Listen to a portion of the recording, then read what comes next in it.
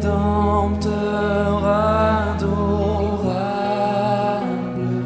sur la croix attachée, traité comme un coupable, brisé pour mon péché. Ton angoisse suprême, ta douleur, ton tourment me disent vois je t'aime, j'ai pris ton châtiment.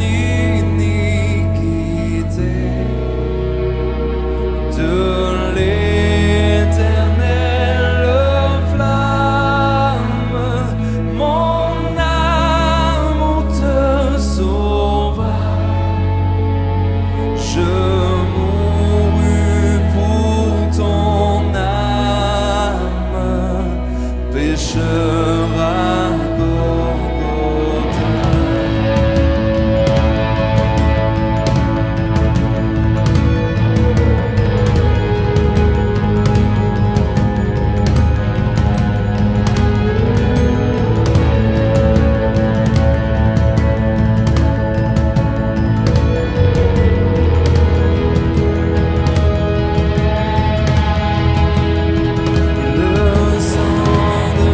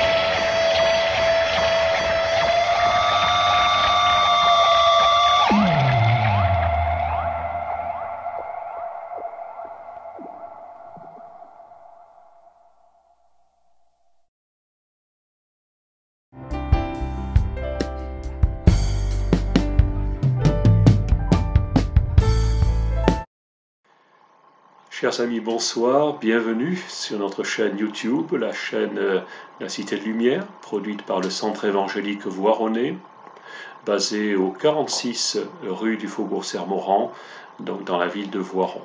Je rappelle au passage que nous avons chaque semaine un culte que vous pouvez rejoindre le dimanche matin à 9h30 et vous serez bien entendu les bienvenus pendant ce culte, qui est un culte d'adoration, un culte de louange à la personne de notre Dieu, et également un temps d'échange à caractère souvent très familial, très convivial.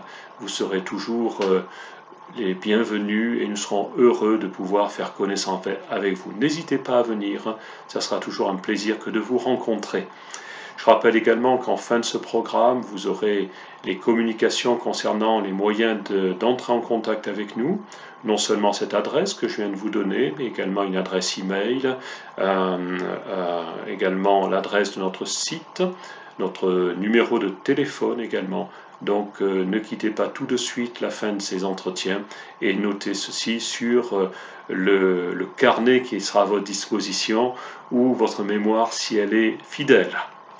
Nous sommes dans une période de transition d'une année à l'autre, d'une fête à l'autre, et cette période m'a motivé à ouvrir l'Évangile sur une autre période de transition.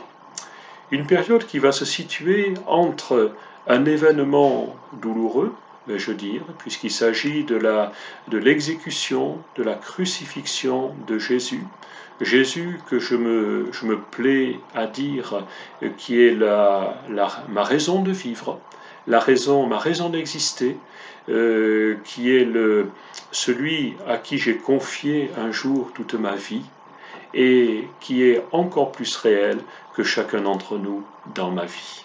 Et ce Jésus a été livré au bourreau, crucifié, et quelques jours après seulement, bonne nouvelle, Jésus revient à la vie, il est ressuscité, et il va entreprendre une période d'une 40aine de jours, pendant laquelle il sera encore les pieds sur notre terre, la terre des hommes, avant de disparaître aux yeux de ses disciples, le jour de ce qu'on appelle l'ascension, nous n'y sommes pas encore, mais leur laissant ces paroles, je suis avec vous tous les jours jusqu'à la fin du monde. Autrement dit, une disparition annonçant une présence malgré tout perpétuelle, une présence d'ordre plutôt spirituel que physique. Et pendant ces 40 jours, le livre des Actes des Apôtres va nous dire que ce Jésus qui était là, encore présent sur la terre des hommes, va prendre le temps de s'entretenir avec ses disciples, ces 12 personnes qui ne sont maintenant plus au nombre de 11, puisque nous savons que l'un d'entre eux s'est livré à une trahison vis-à-vis de son maître, et a disparu, il a lui-même intenté à sa vie, et il s'est suicidé. Cet homme, Judas, n'est plus là, mais les 11 autres disciples sont présents, et vont être les uns et les autres à l'écoute de ces paroles que Jésus va leur apporter pendant cette 40aine de jours. Il y aura des rencontres, plusieurs nous sont rapportées, et l'une d'entre elles va nous occuper un peu plus particulièrement ce soir, et nous la trouvons bien sûr dans l'Évangile, et en l'occurrence dans l'Évangile selon Saint Jean, Jean qui était celui qui va se présenter modestement comme le disciple que Jésus aimait. Il donne rarement son nom, il signe rarement ses chapitres, mais il est présent et il est attentif à tout ce qui va se passer dans ces moments.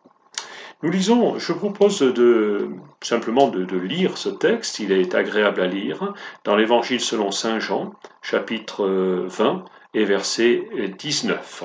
Ça va être une lecture un petit peu disons assez conséquente, et je vous la donne ainsi. Le soir de ce jour, qui était un jour donc où il y avait eu le compte rendu par plusieurs témoins oculaires, le compte rendu de la résurrection de Jésus. Et ce jour même, c'était le premier de la semaine, donc un dimanche pour nous, les portes du lieu où se trouvaient les disciples étaient fermées par la crainte qu'ils avaient des Juifs.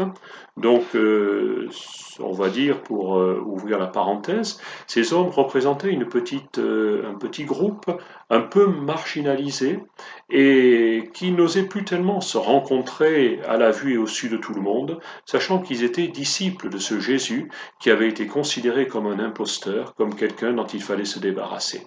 Autrement dit, on comprend un peu leur précaution de fermer les portes du lieu où ils se trouvent. Et soudain, Jésus vint, debout au milieu d'eux, il leur dit que la paix soit avec vous.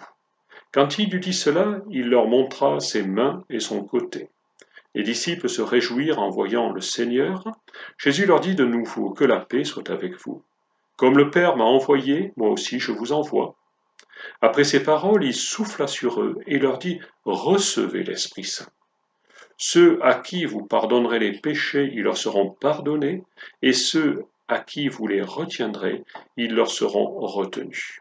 Je m'arrête là pour dire ce sur quoi je voudrais m'entretenir avec vous, et ce que je laisserai un petit peu de côté.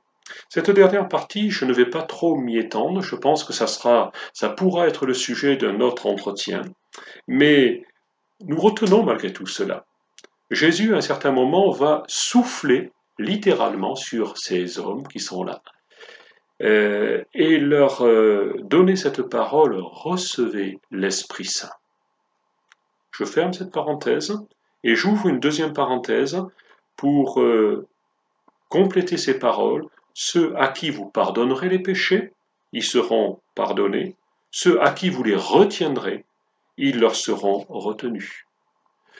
Une possibilité, une capacité que Jésus, le maître de ses disciples, l'enseignant, le maître à penser, va leur donner la capacité de pardonner les péchés.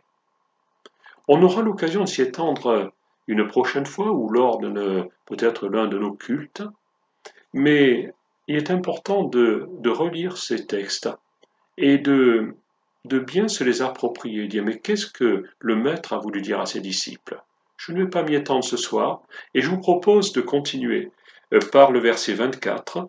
Thomas, qui était un disciple de Jésus, appelé Didyme, l'un des 12 n'était pas avec eux lorsque Jésus vint. Les autres disciples lui dirent donc, « Nous avons vu le Seigneur. » Mais il leur dit, « Si je ne vois pas dans ses mains la marque des clous, et si je ne mets mon doigt à la place des clous dans son côté, je ne croirai point. » 8 jours après, les disciples de Jésus étaient de nouveau dans la maison. Thomas était avec eux. Jésus vint, les portes étant fermées à nouveau, et debout au milieu d'eux, il leur dit que la paix soit avec eux. Puis il dit à Thomas, « Avance ici ton doigt, regarde mes mains, avance aussi ta main et mets-la dans mon côté, et ne sois pas incrédule, mais crois. » Thomas lui répondit, « Mon Seigneur et mon Dieu. » Jésus lui dit, « Parce que tu m'as vu, tu as cru. Heureux ceux qui n'ont pas vu et qui ont cru. » Et il y a 2 versets qui terminent ce chapitre. Jésus a fait encore, en présence de ses disciples, beaucoup d'autres miracles qui ne sont pas écrits dans ce livre. Mais ceci est écrit afin que vous croyiez que Jésus est le Christ, le Fils de Dieu, et qu'en croyant vous ayez la vie en son nom. C'est la conclusion de l'évangile de Jean. Et l'on peut s'attendre à ce qu'il n'y ait rien d'autre derrière. Mais il semble que Jean s'est ressaisi et a rajouté encore un chapitre. On le verra une prochaine fois. Et je veux m'arrêter sur cette rencontre, sur ces rencontres. Première rencontre, Jésus vient rencontrer a priori 10 hommes qui sont ses disciples. 12 moins un qui s'appelle Judas, moins un autre qui s'appelle Thomas. Les portes sont fermées, il y a la crainte dans les cœurs, et je crois que ça peut correspondre, cette chambre, ce lieu qui est complètement hermétique, peut correspondre à plusieurs attitudes dans la vie de tout un chacun. Une attitude de crainte, en l'occurrence, par ces hommes ne savent pas trop à quelle sauce ils risquent d'être mangés. Vont-ils eux aussi être exécutés comme leur maître l'a été? Ont-ils quelque chose à craindre de la part de ceux qu'ils considéraient autour d'eux encore comme des amis hier ou avant-hier? Je ne sais, mais il y avait la crainte.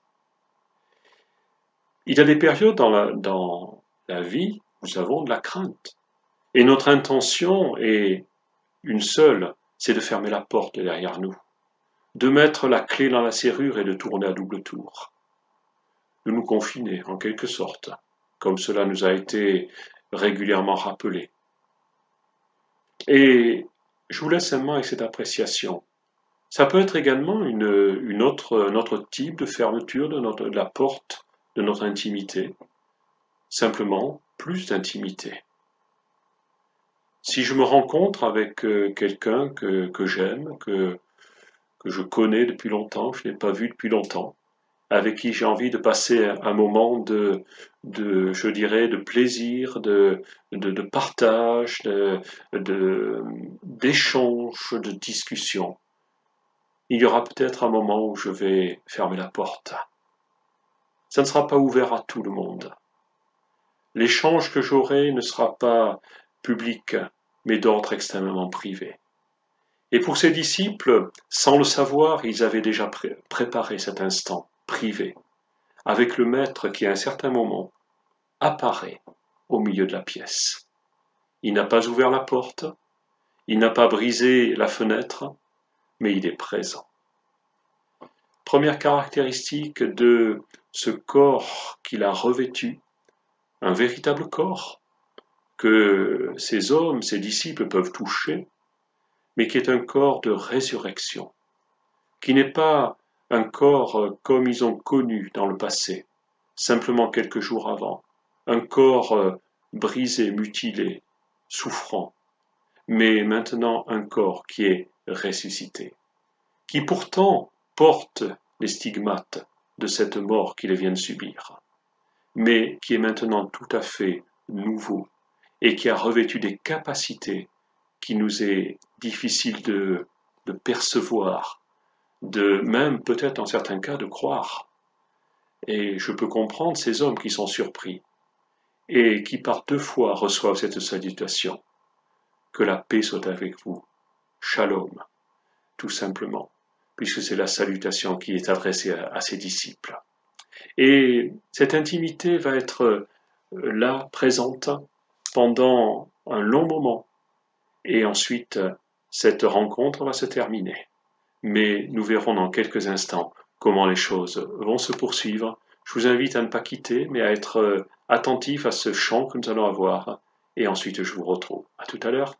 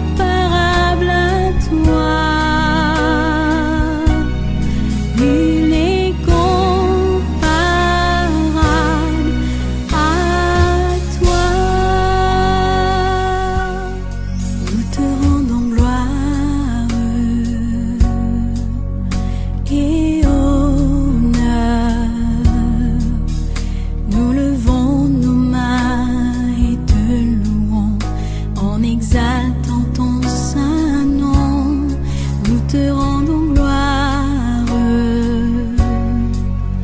et honneur.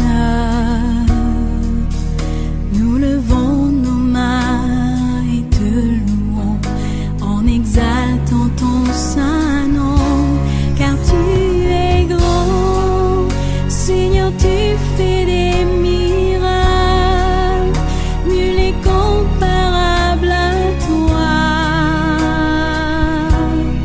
nul est comparable à toi, car tu es grand, Seigneur, tu fais des miracles, nul est comparable à toi. Nul est comparable à toi, car tu es grand, Seigneur, tu fais des miracles, nul n'est comparable à toi, nul n'est comparable à toi, car tu es grand, Seigneur, tu fais des miracles, nul n'est comparable à toi, nul n'est comparable à toi, car tu es grand, Seigneur, tu fais des miracles, nul n'est comparable à toi, nul n'est comparable à toi, car tu es grand, Seigneur, tu fais des miracles, nul n'est comparable à toi, nul n'est comparable à toi.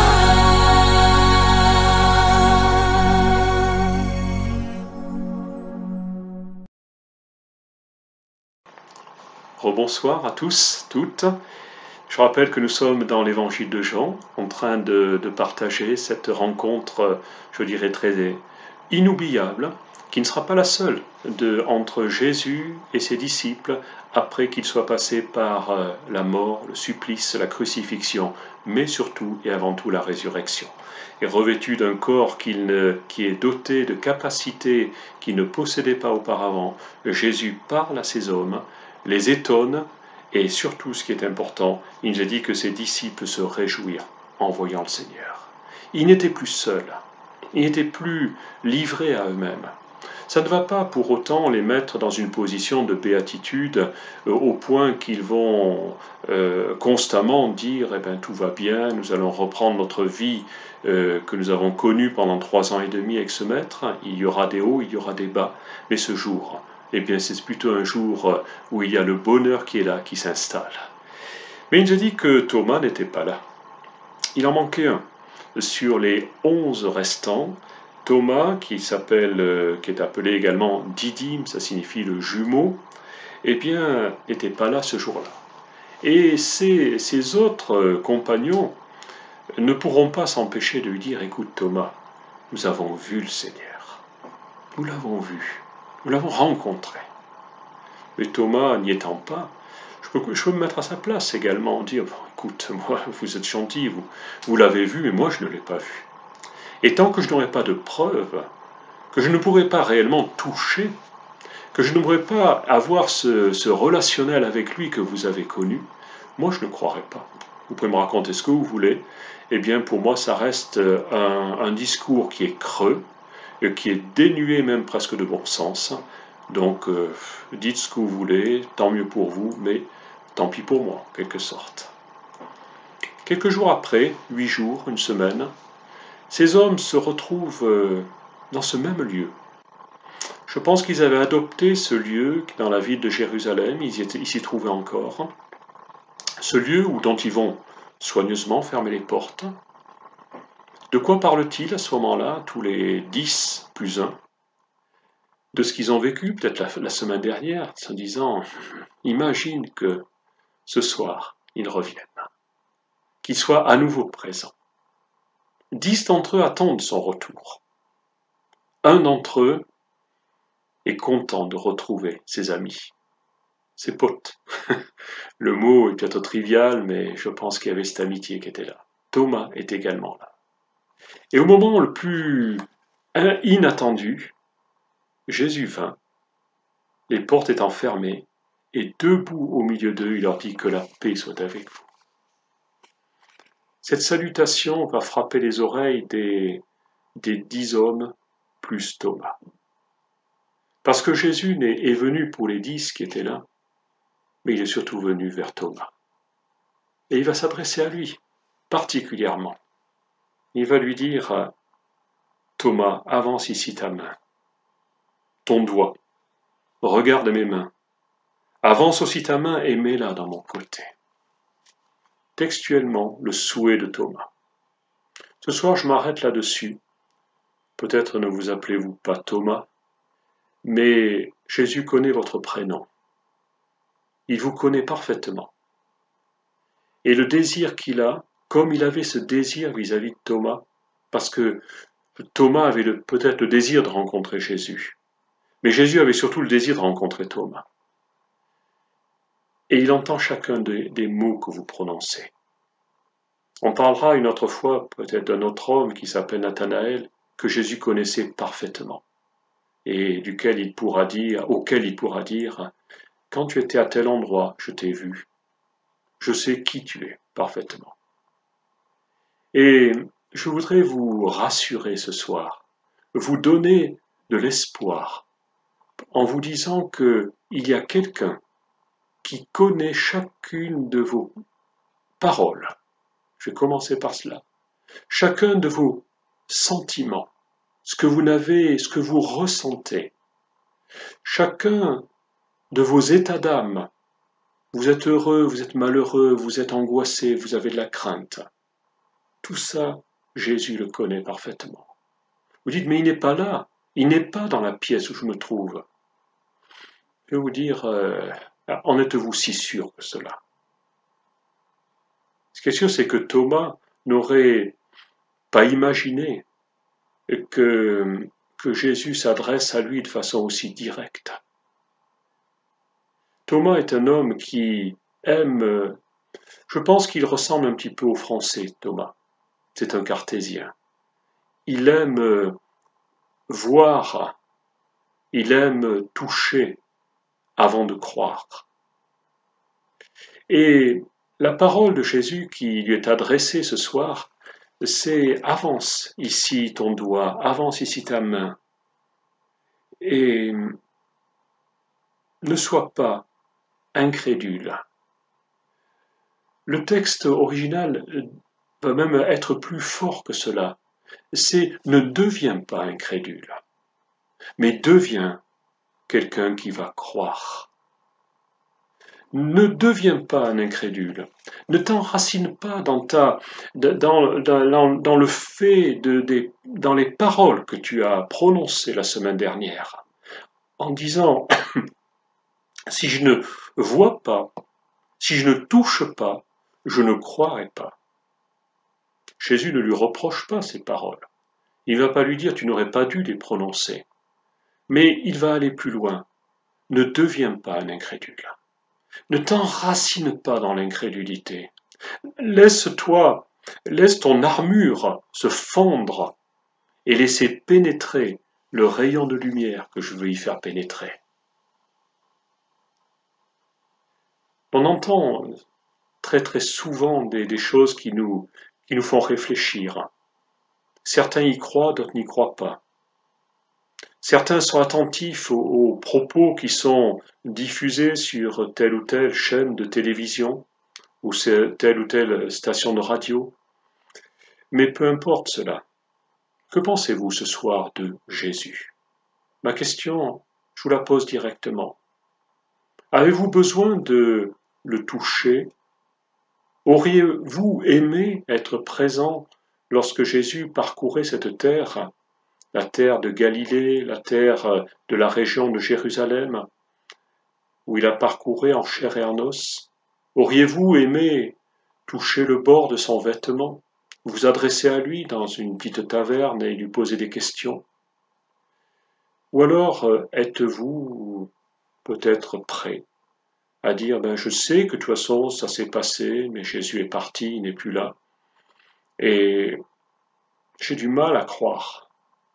J'ai besoin d'avoir des convictions, que l'intérieur de mon cœur soit visité par sa présence, que je le sente d'une façon ou d'une autre, que je sente peut-être une chaleur, un attouchement, une impression, que je vois, pourquoi pas une vision, une apparition. Aujourd'hui, c'est votre souhait, c'est votre attente. Peut-être avez-vous même une attente qui est beaucoup plus incrédule, j'allais dire, disant, de toute façon, je n'y crois pas, ce que vous me dites là, c'est sympathique, mais ça ne m'attouche pas.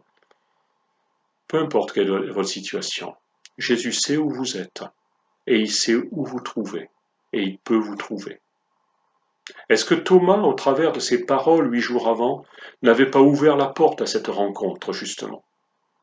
Je crois que oui. Il aurait pu se dire, écoutez, causez toujours. Non, non, il avait comme posé des jalons. J'ai besoin de toucher, j'ai besoin de voir. Ce soir, je vous invite à poser des jalons. De quoi avez-vous besoin pour que Jésus se révèle à vous? Certainement, vous avez besoin de quelque chose, d'un contact. Eh bien, posez ce contact ce soir. Ce contact, ça peut être, si seulement je pouvais rencontrer quelqu'un qui me parle intelligemment de Jésus, je serais satisfait. Si ce soir cette rencontre vous parle, alors tant mieux. Je serai heureux de ne pas avoir perdu mon temps. Mais je ne crois pas être en train de le perdre, parce que quelqu'un est certainement en train de soupirer après une rencontre réelle avec Jésus. Une rencontre qui ne sera pas nécessairement un Jésus de chair et d'os, mais qui sera un Jésus d'ordre spirituel, mais qui parlera tout autant à l'intérieur de vous-même. Je ne sais si vous êtes arrivé d'avoir à un moment quelque chose qui vous a parlé. Je vous donne seulement le récit d'un pasteur, serviteur de Dieu, qui un jour partait vers sa maison de campagne, et à un certain moment, il a vu spirituellement, dans son esprit, comment on ne peut pas trop le décrire, il a vu 2 gendarmes. Et à ce moment-là, il était en train de conduire sa voiture, et cette apparition de la maréchaussée, eh bien, lui a parlé. Il a dit, il faut que je ralentisse. Tout le processus qui s'est passé dans sa tête était, je vais peut-être me faire arrêter par les forces de l'ordre, et il faut que je roule à la bonne vitesse, prudemment. Donc il a ralenti sa marche, et il a roulé assez prudemment. Et au détour d'un virage, sa maison de vacances se trouvait sur le secteur de la Matésine, en Isère, et donc vous connaissez ces routes un peu tortueuses, et au moment où il s'attendait le moins, sur la route venait de se produire un éboulement. Il y avait des rochers qui étaient là, et il a pu s'arrêter au moment qui était nécessaire. Il a évité cette collision avec ces blocs de rochers. Il a dit, mais quel rapport entre les gendarmes et ces blocs de rochers? S'il avait vu dans son intérieur, je dirais, des blocs de rochers sur la route, il aurait dit, voilà, c'est tout simplement, on est en montagne, il y a généralement des éboulements. Mais ça n'y aurait peut-être pas parlé autant que de risquer, je dirais, tout simplement un procès-verbal, une amende ou une rencontre un petit peu désagréable sur la route. Et Dieu s'était servi de cet appel pour lui parler. Et ce soir, pour Thomas, eh bien, il se sert de cet appel. Tu as demandé à toucher mes mains, à toucher ces blessures que j'ai dans les mains, à toucher mon côté qui a été percé. Eh bien, ce soir, tu peux le faire. Mais Thomas s'est retiré. Et la seule chose qu'il a pu dire, c'est dire mon Seigneur, le Seigneur de moi, le Seigneur qui m'appartient. Et reconnaissant ainsi le Seigneur et le Dieu qui est le sien. La révérence de Thomas vis-à-vis de son Dieu. La révérence de Thomas vis-à-vis de Jésus, son Maître. Et ce soir, il est pour moi bien agréable de vous dire, vous pouvez avoir ce même type de rencontre. Un type de rencontre qui ne sera pas celui de Thomas. Vous n'aurez peut-être pas prononcé les mêmes paroles, mais simplement, si seulement il pouvait se passer telle chose dans ma vie, n'ayez pas peur de le demander ce soir, telle chose. Rencontrer quelqu'un, avoir un temps particulier d'intimité avec Jésus. Vous n'êtes pas obligé d'être très précis, mais vous pouvez l'être un petit peu plus que d'habitude. Et je suis persuadé que, comme Jésus n'a pas déçu Thomas, il ne vous décevra pas, vous, de la même façon. Ça peut être un bon objectif pour les jours qui arrivent. Pour cette fin d'année, ça peut être un vœu pour vous, ça peut être une préparation pour cette année qui arrive. Je vous souhaite de bien terminer cette année 2021 et de bien commencer 2022. Et je vous dis à très bientôt. Que Dieu vous bénisse. Bonne soirée et heureux d'avoir encore passé ce petit moment en votre compagnie. À très bientôt. Au revoir.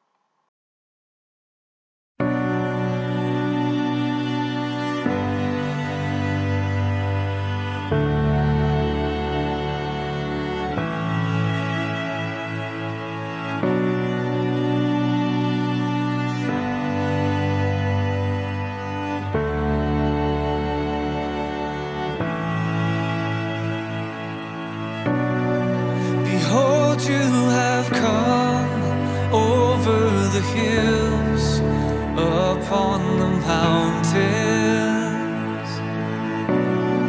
To me you have run, my beloved, you've captured my heart. With you I will go, you are my love, you are my fair one. The winter